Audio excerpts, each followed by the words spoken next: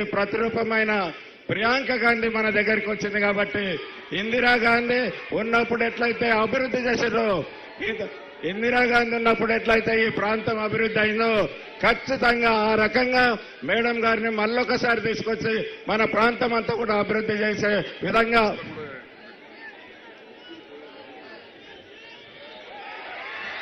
అదేవిధంగా ముస్లిం సోదరులకు ప్రత్యేకంగా ఈ యొక్క అందరికీ కూడా రిజర్వేషన్ వచ్చే విధంగా మీకు ఎట్లయితే ఈ 6 గ్యారంటీ స్కీమ్ల లోపల ముస్లింలకు పర్సెంటేజ్ ప్రకారము అవి అన్ని కూడా మీకు చెందే విధంగా చేస్తామని చెప్పేసి మీకు అందరు కూడా మనవి చేస్తూ ఈరోజు ప్రియాంక గాంధీ గారు మన ప్రాంతానికి రావడం విశేషము కాబట్టి తప్పకుండా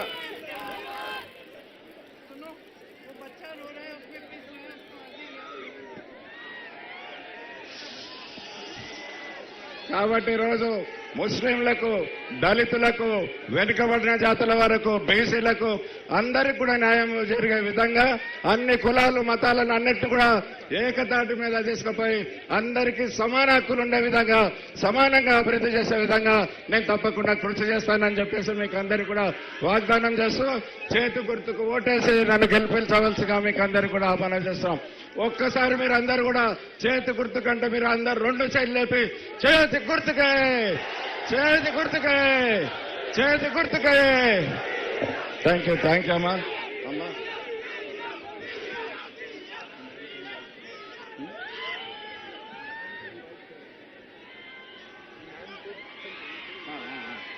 ఇప్పుడు నేను ఇంతకు మొదలు చెప్పినట్లు ఇందిరాగాంధీ ప్రతిరూపమైన ప్రియాంక గాంధీని మిమ్మల్ని అందరినీ కూడా ఉద్దేశించి మాట్లాడవలసిందిగా కోరుతున్నాను.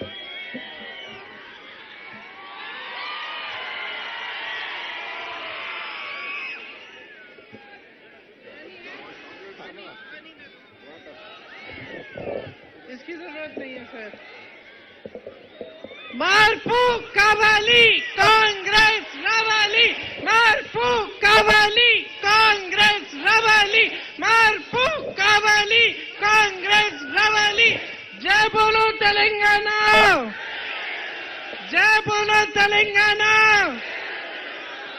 श्री मानिक ठाकरे जी, श्री चंद्रशेखर जी, श्री उज्जवल रेड्डी जी, श्री खाजा मिया जी, श्री हुगली रामुलु जी, श्री हनुमंत राव पाटिल जी, श्री ईश्वर खांडे जी, श्री विश्वनाथ जी, कांग्रेस के सभी कार्यकर्ता, नेता, मेरी प्यारी बहनें और मेरे प्यारे भाई, आप सबका इस सभा में बहुत बहुत स्वागत. घबराई हुई है, पानी पिला लो थोड़ा. घबराई हुई है. केतकी संगमेश्वर स्वामी जी की, केतकी संगमेश्वर स्वामी जी की जय, सिद्धि विनायक जी की जय. ये हजरत मुल्तानी बाबा दरगाह की जमीन है, इसे मेरा नमन. देखिए, चुनाव का समय है. कोई ट्रांसलेट कर रहा है? समझ में आता है? समझ में आता है? चुनाव का समय है और चुनाव के समय हमें सोचना पड़ता है कि हम आगे 5 सालों के लिए हम क्या चाहते हैं. आपने 10 सालों से बीआरएस की सरकार देखी और मैं आपसे पूछना चाहती हूं, आपको 10 सालों की बीआरएस की सरकार ने क्या दिया? रोजगार दिया? जॉब दिया? महिलाएं यहाँ पे खड़ी हुई हैं, मेरी बहनें इतनी सारी, आप बताओ आपके लिए क्या किया? आपको मालूम है कि महिलाओं के साथ अत्याचार सबसे ज्यादा आपके प्रदेश में हो रहा है. ये जरा पकड़ लो ये. तो महिलाओं के लिए कुछ नहीं मिला, नौजवानों को रोजगार नहीं मिला. नौजवान मेहनत करते हैं, पढ़ाई करते हैं, पेपर देते हैं भर्ती के लिए, वो पेपर भी लीक हो जाते हैं. जहां जहां आप देखते हैं भ्रष्टाचार भरा हुआ है आपके प्रदेश में, पूरा फैला हुआ है. हर स्तर पर बड़े बड़े प्रोजेक्ट्स को लेकर छोटी छोटी चीजों तक कमीशन लिया जाता है. आपको छोटे से छोटा काम कराना पड़ता है, तो कमीशन की बात होती है, और बड़े बड़े प्रोजेक्ट्स में हजारों करोड़ रुपए आपके लूटे जाते हैं। तो आपको भ्रष्टाचार मिला है, आपको कमर तोड़ महंगाई मिली है। इतनी महंगाई है कि आपके जीवन में संघर्ष और संकट बढ़ते चले गए हैं।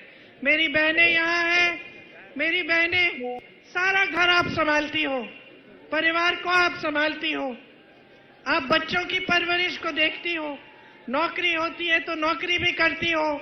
जो खेती में काम करने वाले हैं वो महिलाएं खेती में भी काम करती हैं। घर आके फिर भी आपको सब कुछ संभालना पड़ता है, और जब तक घर में परिवार के एक एक सदस्य सो नहीं जाते खा पी के, तब तक आप सो नहीं सकती, आप आराम नहीं कर सकती। सच बात है कि नहीं? तो महंगाई का सामना कौन करता है? बोझ सबसे ज्यादा जो महंगाई का है किस पे होता है? महिलाओं पे होता है, बहनों पे होता है। गैस के सिलेंडर के दाम जब बढ़ जाते हैं तो किसको दिक्कत आती है? आपको दिक्कत आती है। आप घर में सबको खिला देंगी लेकिन खुद भूखी रहेंगी अगर कोई ऐसी समस्या है। सच बात है कि नहीं? सच है ना? तो आप समाज का पूरा बोझ उठाती हो। सारी महिलाओं की यही कहानी है, चाहे बड़े घर की हो चाहे गरीब घर की हो, यही होता है। समाज का बोझ महिलाएं उठाती हैं और समाज महिलाओं को मदद नहीं करता। तो इसलिए एक उम्मीद होती है सरकारों से कि कम से कम सरकार मदद कर लेगी, महंगाई से थोड़ी सी राहत मिल जाएगी, गैस सिलेंडर के दाम थोड़े कम हो जाएंगे, कोई ऐसी स्कीम आएगी जिससे महिलाओं को भी आगे बढ़ाया जाए और आप भी अपने पैरों पे खड़े हो पाए, आप भी कुछ कमा पाए, आपको भी रोजगार मिले। लेकिन इस सरकार ने ये सब आपको कुछ नहीं दिया। यहाँ मेरे किसान भाई होंगे, किसान आज तेलंगाना में परेशान है, त्रस्त है। किसान को कहा गया था कि कर्ज माफ किए जाएंगे, अभी तक कर्ज माफ नहीं हुए। धरनी पोर्टल निकाला, उससे आपकी जमीनें जब्त हुई, आपको जमीनें नहीं मिली। तो जहां जहां आप देखें, जो वादे आपसे किए गए थे वो एक के बाद एक वो वादे तोड़े गए। तेलंगाना के लिए आप सबने आंदोलन किया। तेलंगाना अगर बना तो यहाँ के नौजवानों के बलिदानों से बना, यहाँ के किसानों, यहाँ की बहनों के बलिदान से बना। तो आज अगर तेलंगाना देश और दुनिया में जाना जाता है तो इसलिए जाना जाता है कि यहाँ की जनता ने अपना खून पसीना बहाकर इस प्रदेश को बनाया है। तो ये जमीन आपकी है, इस जमीन में आपका खून, आपका पसीना मिला हुआ है। इस जमीन की हिफाजत, इस धरती की हिफाजत कौन करेगा? आपको इसकी हिफाजत करनी पड़ेगी।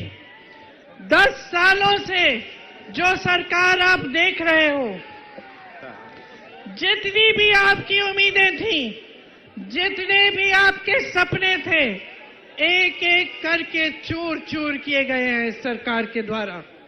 इस सरकार ने आपको नकारा। क्या हुआ? केसीआर जी ने अपने परिवार के एक एक सदस्य को मंत्री बना दिया, बनाया कि नहीं?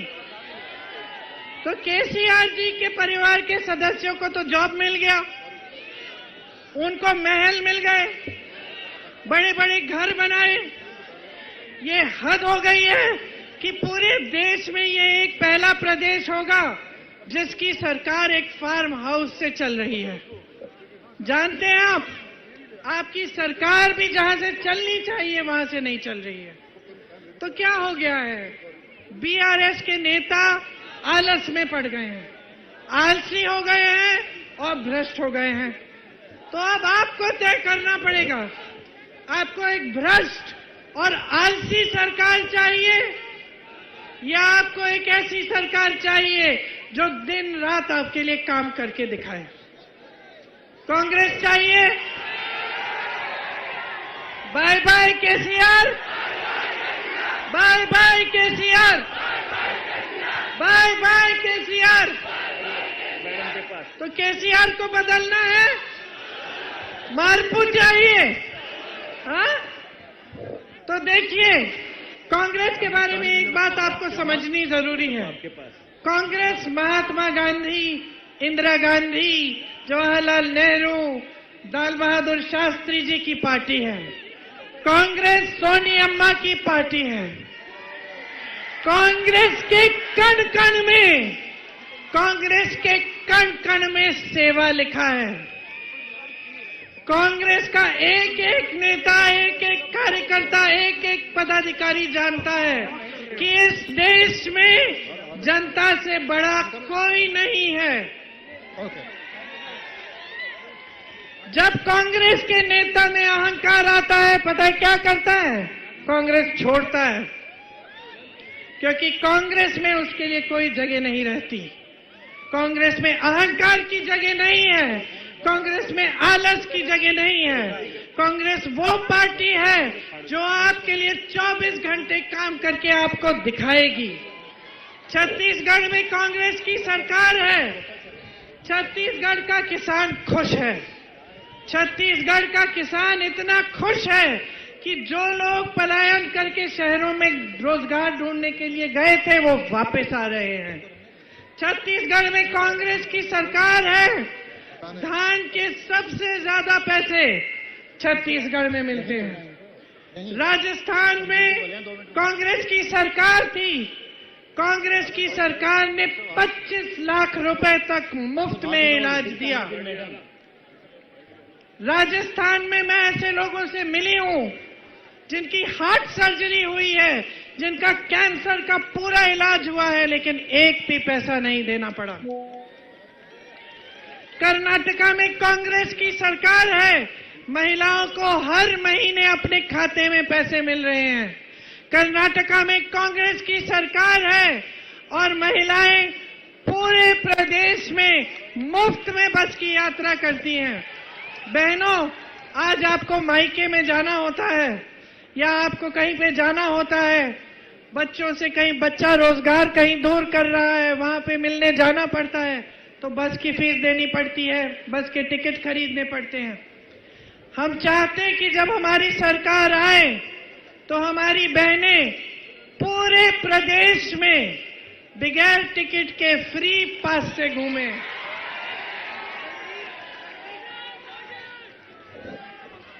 ये कर्नाटका में हो रहा है। ये कर्नाटका में आज हो रहा है। हमने चुनाव में ये कहा था कि हम गारंटी करेंगे कि हम महिलाओं को मुफ्त यात्रा और महिलाओं के पैसों खातों में पैसे डालेंगे।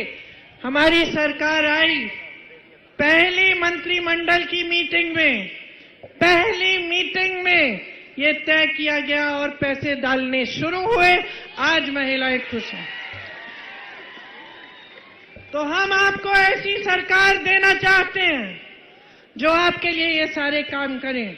जब मैं छत्तीसगढ़ जाती हूं, मैं राजस्थान जाती हूं, मैं कर्नाटका जाती हूं, तो मुझे गर्व होता है अपनी सरकार पे।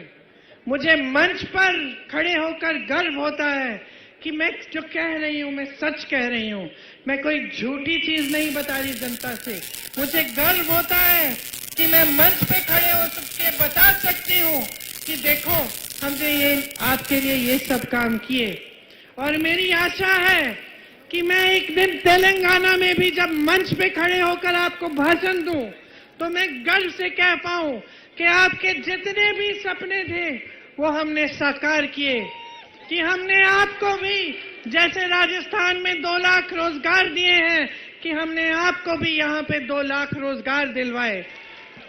मेरी ये आशा है, मेरा ये सपना है कि मैं खड़े होकर यहाँ पे आपसे ये बातें एक दिन कर पाऊं। आज जो केंद्र सरकार और तेलंगाना में जो प्रदेश की सरकार है, वो दोनों मिले जुले हैं, दोनों एक तरह की सरकार है। उनका एक ही मकसद है कि किसी न किसी तरह से सत्ता में रहना है। कोई धर्म की बात करता है, कोई भ्रष्टाचार करता है, बस सत्ता हाथों में रहनी चाहिए और हमें सत्ता में रहकर हमें खूब पैसा बटोरना चाहिए। क्या आपको मालूम है कि भाजपा, बीजेपी आज देश में सबसे अमीर पार्टी है, सबसे ज्यादा पैसे वाली पार्टी है। तेलंगाना में बीआरएस सबसे अमीर पार्टी है। मैं आपसे पूछना चाहती हूं कि ये पैसे इनके पास आए कहां से? कहां से आए? ये 10 सालों में ये काम हुआ है। ये सब आपका पैसा है बहनों और भाइयों। ये वो पैसा है जिससे आपके कर्ज माफ होने चाहिए थे। ये वो पैसा है जो इन सरकारी कर्मचारियों के पेंशन में जाने चाहिए थे।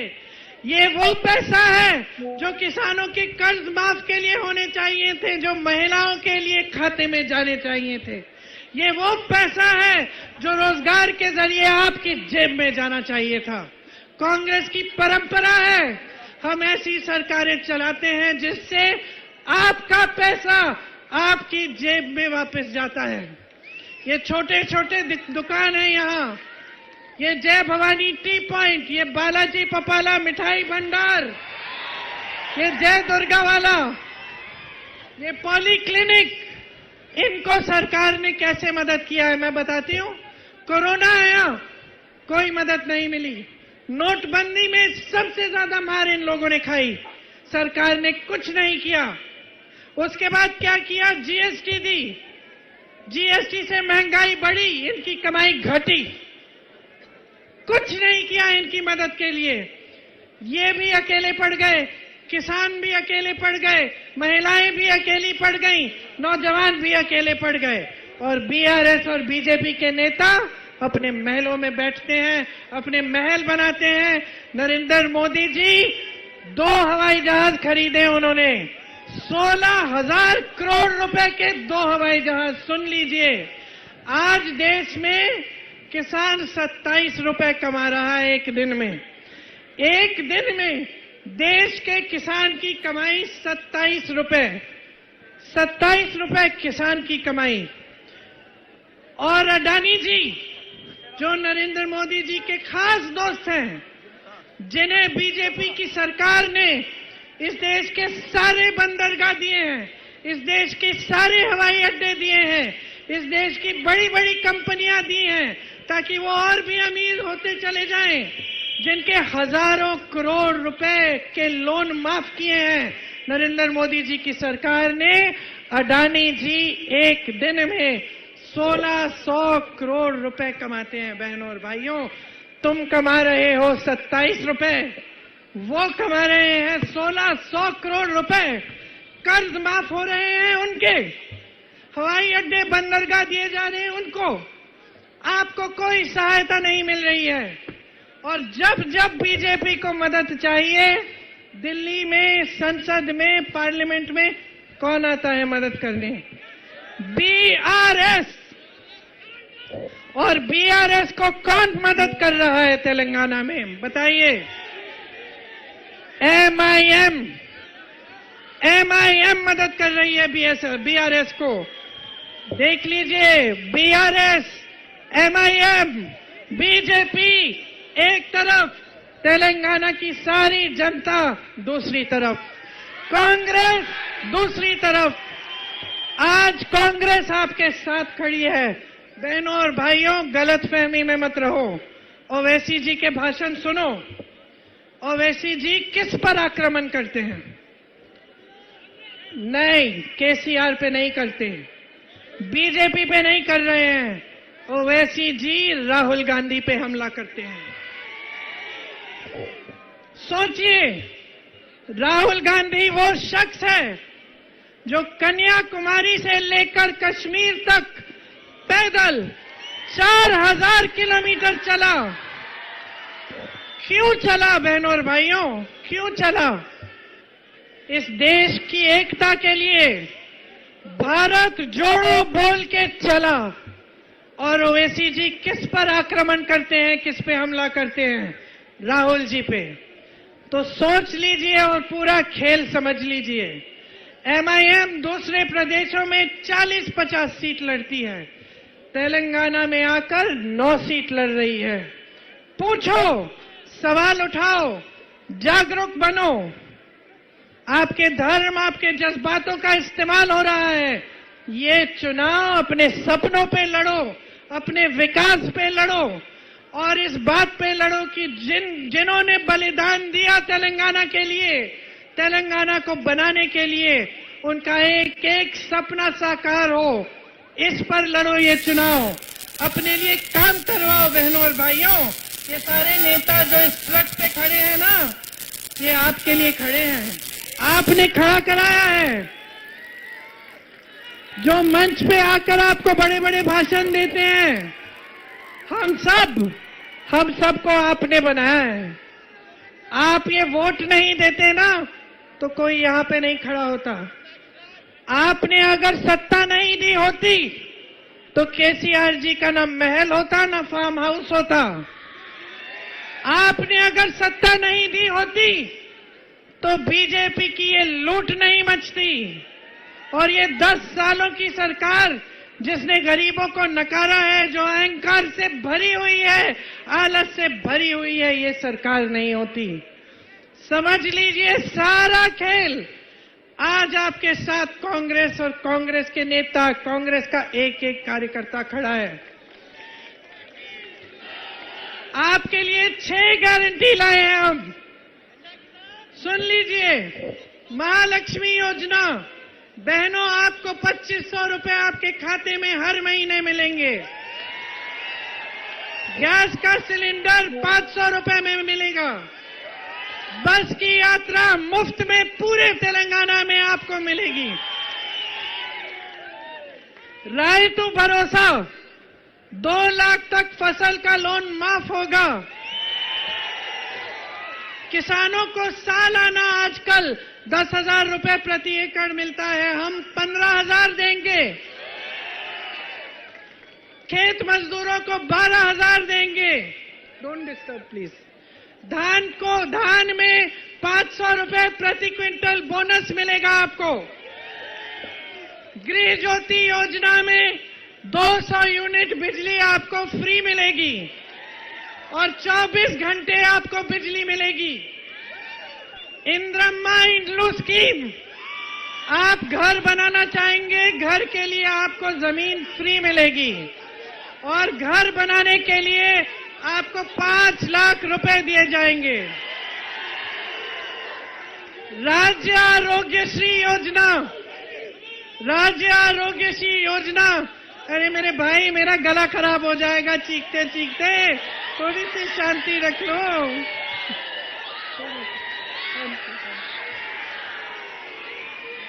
राज्य आरोग्यश्री योजना, इसमें 10 लाख तक आपको हेल्थ इंश्योरेंस मिलेगा। मतलब 10 लाख तक आपका इलाज फ्री में होगा। बुजुर्गों के लिए 4,000 रुपए प्रति महीने आपको मिलेंगे। युवा विकासम स्कीम लाएंगे, इसमें एक विद्या भरोसा कार्ड मिलेगा युवाओं को। उस कार्ड के जरिए आपको 5 लाख तक मुफ्त का, जो मुफ्त ब्याज का लोन मिलेगा शिक्षा के लिए। हम 2 लाख रोजगार आपको बना के दिखाएंगे और तेलंगाना के शहीदों के परिवारों के लिए 1 रोजगार कम से कम हर परिवार को दिलवाएंगे। मेरे ओबीसी, दलित और आदिवासी भाइयों, आपके लिए लोकल बॉडीज में 42% तक आरक्षण किया जाएगा और नया नेतृत्व हम बनवाएंगे। आपके लिए वन अधिकार कानून लागू होगा और योग्य लोगों के लिए पट्टे भी होंगे, मिलेंगे।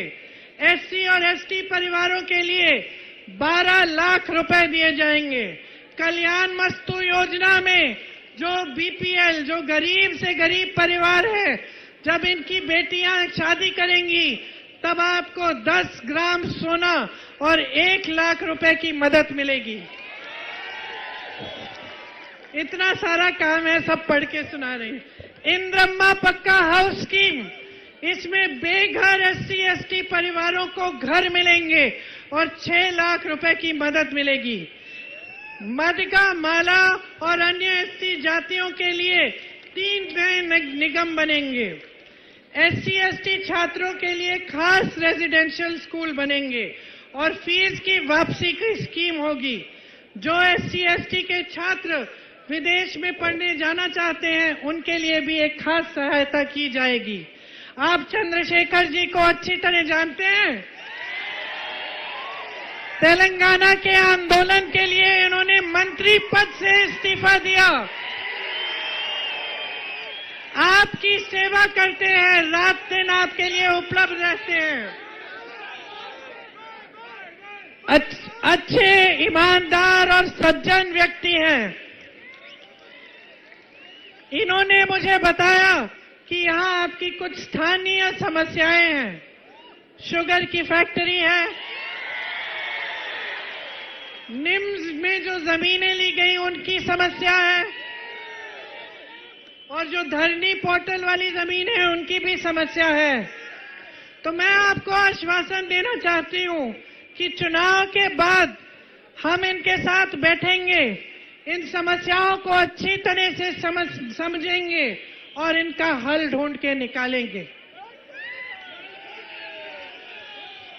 आप मेरे साथ मिलके बोलो एक बार, आपको फार्म हाउस की सरकार चाहिए या प्रजा पालना वाली सरकार चाहिए? आपको दोराला तेलंगाना चाहिए या प्रजाला तेलंगाना चाहिए? आपको बीआरएस के 5 साल और के दुख चाहिए या कांग्रेस के 5 सालों की कर्मठ सरकार चाहिए जो आपको खुशियां दे और आपके लिए सारा काम करे? तो इनको, चंद्रशेखर जी को भारी से भारी बहुमत से जिताओ, कांग्रेस लाओ और एक ऐसे तेलंगाना का सपना जो आपने देखा था वैसा तेलंगाना बनाओ जिसमें आपकी तरक्की हो, आपका भविष्य उज्जवल हो और आपके लिए एक नया सवेरा जागे। Bye bye KCR, bye bye KCR, bye bye KCR, bye bye KCR. మార్పు కావాలి కాంగ్రెస్ రావాలి, మార్పు కావాలి కాంగ్రెస్ రావాలి, మార్పు కావాలి కాంగ్రెస్ రావాలి। जय बोलो तेलंगाना। आपने मेरी बातों को बहुत ध्यान से सुना, इसके लिए आप सबको बहुत बहुत धन्यवाद। जय हिंद। तो कुत्ता तो मालूम है। चंद्रशेखर जी खास कह रहे हैं, आप पंजे को, हाथ को मोहर लगाओ, हाथ का बटन दबाओ और कांग्रेस को जिताओ। धन्यवाद। जय हिंद।